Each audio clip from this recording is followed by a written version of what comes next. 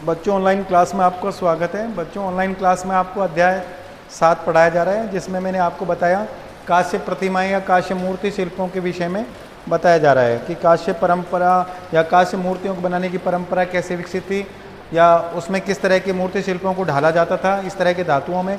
तो अपने यहाँ मिट्टी के अलावा जो मूर्ति शिल्प बनाए जाते थे वो कांस्य धातु या अन्य धातुओं में भी बनाए जाते थे और उन धातुओं में किस तरह से ढलाई का कार्य किया जाता था।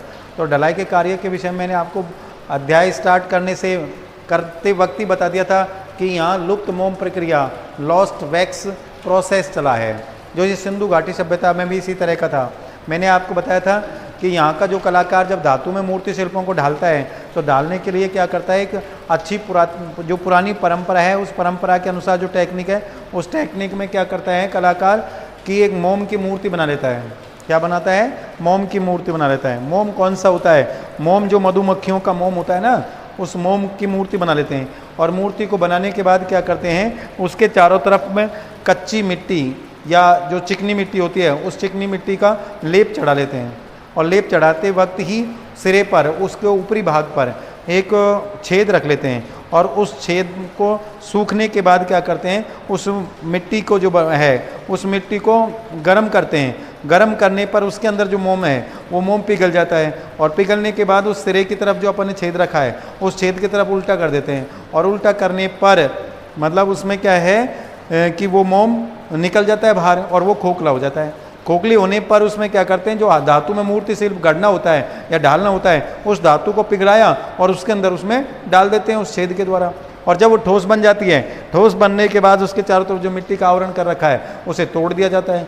तोड़ने के बाद उसमें से उत्तम ढलाई के आधार पर एक सांचे की मूर्ति निकल कर बाहर आती है, जो मैं आपको पहले मैं पढ़ के बता देता हूँ। लॉस्ट वैक्स यानी लुप्त मोम प्रक्रिया में कई चरण होते हैं। सबसे पहले किसी प्रतिमा का मोम का प्रतिरूप हाथों से तैयार किया जाता है। इसे मधुमक्खी के विशुद्ध मोम से बनाते हैं। इसके लिए पहले मोम को आग से पिघलाते हैं और फिर एक महीन कपड़े से छानकर ठंडे पानी से भरे बर्तन में उसे निकालते हैं।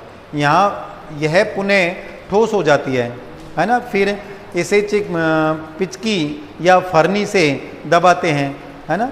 इससे मोम तार धागे के आकार में आ जाता है। फिर बनाई गई प्रतिमा आकृति के चारों ओर मोम के इन तारों को लपेटा जाता है। इसके बाद मिट्टी, रेत और गोबर के लेप की मोटी परत प्रतिमा के चारों ओर लगाते हैं। इसके एक खुले सिरे पर मिट्टी का प्याला बना दिया जाता है, अर्थात छेद कर दिया जाता है। इसमें पिघली हुई धातु डाली जाती है। उपयोग की जाने वाली धातु का वजन प्रयुक्त मोम से 10 गुना अधिक रखा जाता है। अधिकांशतः यह धातु टूटे हुए बर्तन को पिघलाकर बनाई गई होती है। जब मिट्टी के प्याले में पिघली हुई धातु उड़ेलते हैं उस समय मिट्टी से ढके सांचे को आग पर रखे रहने देते हैं। जैसे ही अंदर की मोम पिघल जाती है तो धातु नालिका मतलब वो नलिका जो होती है अपन ने छेद किया उस छेद को उल्टा कर देते हैं और उसमें से मोम को बहा देते हैं और मोम की प्रतिमा का आकार ले लेती है। धातु ढलाई की समूची प्रक्रिया को एक धार्मिक अनुष्ठान की तरह गंभीरता पूर्वक संपन्न किया जाता है। बाद में प्रतिमाओं को छेनी एवं रेती से चिकना किया जाता है और चमकाया जाता है। कांस्य प्रतिमा बनाना काफ़ी मेहनत का काम है और इसके लिए अत्यधिक कुशलता की आवश्यकता होती है। कभी कभी कांस्य प्रतिमा बनाने के लिए 5 धातुओं सोना, चांदी, तांबा, पीतल और शीशे के मिश्रण का उपयोग किया जाता है। आकृति के टखनों के स्तर पर लटका हुआ वस्त्र स्पष्ट वक्र रेखीय मोड़ बनाता है। मतलब इस तरह से किया जाता है उनको। तो वो तो अपन ये मूर्ति शिल्प पढ़ रहे हैं, ये मोम के अलावा उस मूर्ति का है। जैसे अपन ने पिछले उसमें अभी अध्ययन किया था कि यहाँ तक जैसे जिसके फलस्वरूप प्रतिमा के हिस्से पर सतह प्रवाही रेखाएं दिखाई देती हैं और बुद्ध की आकृति के टखनों के स्तर पर लटका हुआ वस्त्र स्पष्ट वक्र रेखीय मोड़ बनाता है। जब वह दाएं हाथ से पकड़ा हुआ दिखाई देता है। गुप्त और वाकाटक कालीन कांस्य प्रतिमाओं की एक अतिरिक्त विशेषता यह है कि वे स्वभाव थी मतलब विशेषता यह है कि वो अच्छी हैं, मतलब भानी योग्य हैं, इस तरह के हैं। बौद्ध भिक्षुक उन्हें व्यक्तिगत रूप से पूजा करने के लिए अपने साथ कहीं भी ले जा सकते थे, मतलब लाने ले जाने में वो छोटी पड़ती थी इसलिए, अथवा बौद्ध विहारों में कहीं भी स्थापित कर सकते थे। इस प्रकार पुरानी शैली के परिष्कार का प्रभाव भारत के अनेक भागों में और भारत से बाहर भी एशिया देशों में फैल गया था इस तरह की मूर्तियों को बनाने का। हिमाचल प्रदेश और कश्मीर के क्षेत्रों में भी बौद्ध देवताओं तथा हिंदू देवी देवताओं की कांस्य प्रतिमाएं बनाई जाती थी। इनमें से अधिकांश मूर्तियां 8वीं 9वीं या 10वीं शताब्दी की बनी पाई गई हैं। भारत के अन्य भागों में पाई जाने वाली प्रतिमाओं से अगर इन प्रतिमाओं की तुलना की जाए तो दोनों के बीच स्पष्ट अंतर दिखाई देगा। इनमें एक ध्यान देने योग्य परिवर्तन यह पाया गया कि विष्णु की प्रतिमाएं नाना रूपों में बनाई जाने लगी। इन क्षेत्रों में 4 सिरों वाले अर्थात चतुरानन, जिसको चतुर्भुजा वाला कहते हैं, विष्णु की भुजा की पूजा की जाती थी। चतुरानन जिसके 4 सिर वाली,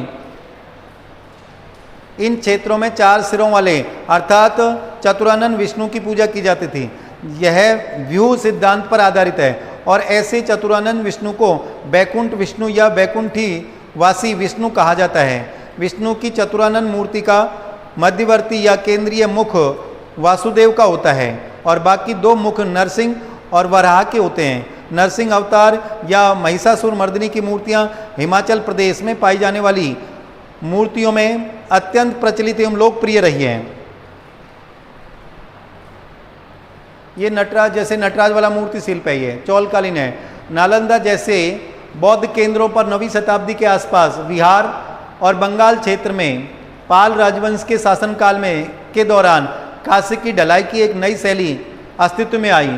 फलस्वरूप कुछ ही शताब्दियों के अंतराल में नालंदा के पास स्थित कुर्कीहार के मूर्तिकार गुप्त काल की श्रेष्ठ शैली को पुनर्जीवित करने में सफल हो गए।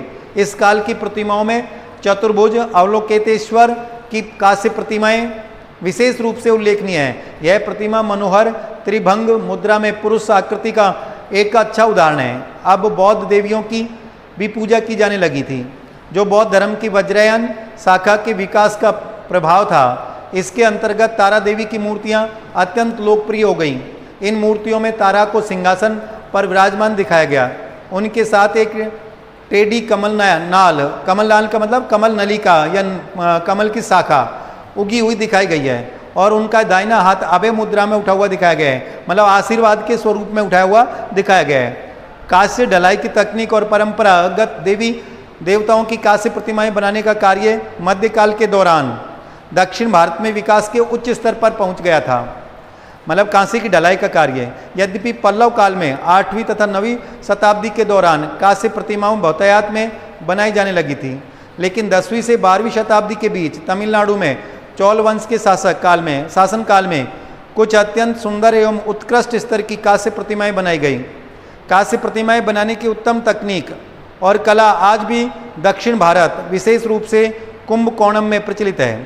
तथापि 10वीं शताब्दी में इस कला के अनेक संरक्षक रहे, जिनमें चोल वंशीय विधवा महारानी सेवियान महादेवी का नाम विशेष रूप से उल्लेखनीय है। इसी प्रकार का जो मूर्ति शिल्प है वो नटराज स्वरूप का मूर्ति शिल्प है। नटराज स्वरूप चौलकालीन मूर्ति शिल्प है और मैंने आपको बताया था इसको 4 भुजाओं धारी है और जब पृथ्वी का संहार करना था उस समय भैरवी रूप धारण करके ये अवतार धारण किया था।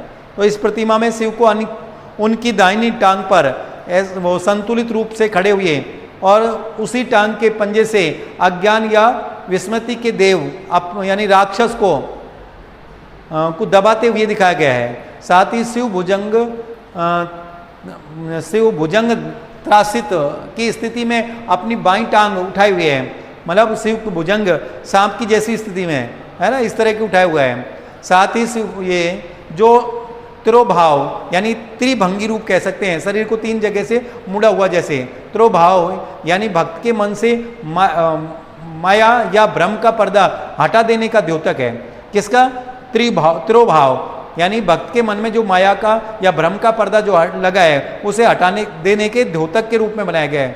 उनकी चारों भुजाएं बाहर की ओर फैली हुई हैं और अलग अलग मुद्राओं में है। मुख्य दाहिना हाथ अभय मुद्रा में है, दाहिना हाथ है जो कौन सी मुद्रा में, अभय मुद्रा में है, और बाहर की ओर फैली हुई है मुख्य मुद्रा, मुख्य दाहिना हाथ अभय मुद्रा की मुद्रा में उठा हुआ है, उनका बाई ऊपरी दायां हाथ डमरू को लिए हुए है, ऊपरी जो दायां हाथ है ये डमरू को हाथ में लिए हुए है, और ये देखो यहाँ पर ये अभय मुद्रा में है, ये 4 भुजाएं हैं। दूसरा एक हाथ है जो बायां हाथ है, वो बायां हाथ उठे हुए पैर की ओर इंगित करे हुए यानी इशारा करते हुए है, तथा दूसरे हाथ में बाएं हाथ में आग को लिए हुए चित्रित किया गया है या मूर्ति शिल्प को बनाया गया है। डोलहस्त मुद्रा में दाहिने हाथ की अभय मुद्रा में जुड़ा हुआ है, उनकी जटाएं दोनों ओर छिटकी हुई हैं अर्थात फटकारे से ली हुई हैं, और उस वृत्ताकार ज्वाला को छू रही हैं, मतलब जो चारों तरफ ज्वाला है उस ज्वाला को ये लटाएं छू रही हैं। इस तरह की मुद्रा में इसको चित्र बनाया गया है। जो नृत्य संपूर्ण आकृति के को पैरे को प्रयोग हुए है। नटराज के रूप में नृत्य करते हुए शिव की सुप्रसिद्ध प्रतिमा का विकास चौल काल में पूर्ण रूप से हो चुका था। उसके बाद तो इस जटिल कांस्य प्रतिमा के नाना रूप तैयार किए गए। शिव को इस ब्रह्मांड युग यानी वर्तमान विश्व के अंत के साथ जोड़ा जाता है, और उनकी यह तांडव नृत्य की मुद्रा भी हिंदुओं की पुराण कथा के इस प्रसंग से ही जुड़ी हुई है। तथापि शिव अपने अन्य भक्त के दृष्टिगत में सदा इस नृत्य मुद्रा में उपस्थित रहते हैं। यह पौराणिक कथा चिदंबरम से जुड़ी है, इसलिए शिव को विशेष रूप से इसी रूप में पूजा जाता है। इसके अलावा शिव को भारत में नृत्य कला का अधिष्ठाता देवता भी माना जाता है। मैंने आपको बताया कि इस तरह की गति में है कि इस गति के आधार पर जो नृत्य किया है वो नृत्य के आधार पर इसे मतलब नृत्य की जो कला है उस कला का अधिष्ठाता देवता भी माना जाता है। 8वीं शताब्दी की पल्लव कालीन कांस्य प्रतिमाओं में शिव की मूर्ति विशेष रूप से उल्लेखनीय है। इसमें शिव को अर्ध पर्यक आसन में एक टांग को झुलाते हुए बैठा हुआ दिखाया गया है, जैसे ये झूल रहे हैं। एक पैर को नीचे की तरफ लटका रखा है, एक तरह को आलती पालती जैसे लगा रखा है। उनका दाहिना हाथ आचमन मुद्रा में है। आचमन जैसे अपन प्रसाद को लेते हैं ना, और प्रसाद को लेकर यूं मुंह को ऊपर करके इस तरह के लिया जाता है, ऐसे आचमन की मुद्रा में है, जो यह दर्शाता है कि शिव विश्वान करने वाले हैं। इस तरह की मूर्ति का यहाँ चौलकालीन मूर्ति शिल्पों में ये कांसे की मूर्तियों को बनाया गया है। इससे आगे अगली वीडियो में अध्ययन करेंगे अपन, जैसे कि और कौन कौन सी मूर्तियाँ उन मूर्ति शिल्पों के विषय में। तो आज इतना ही, ठीक है, धन्यवाद।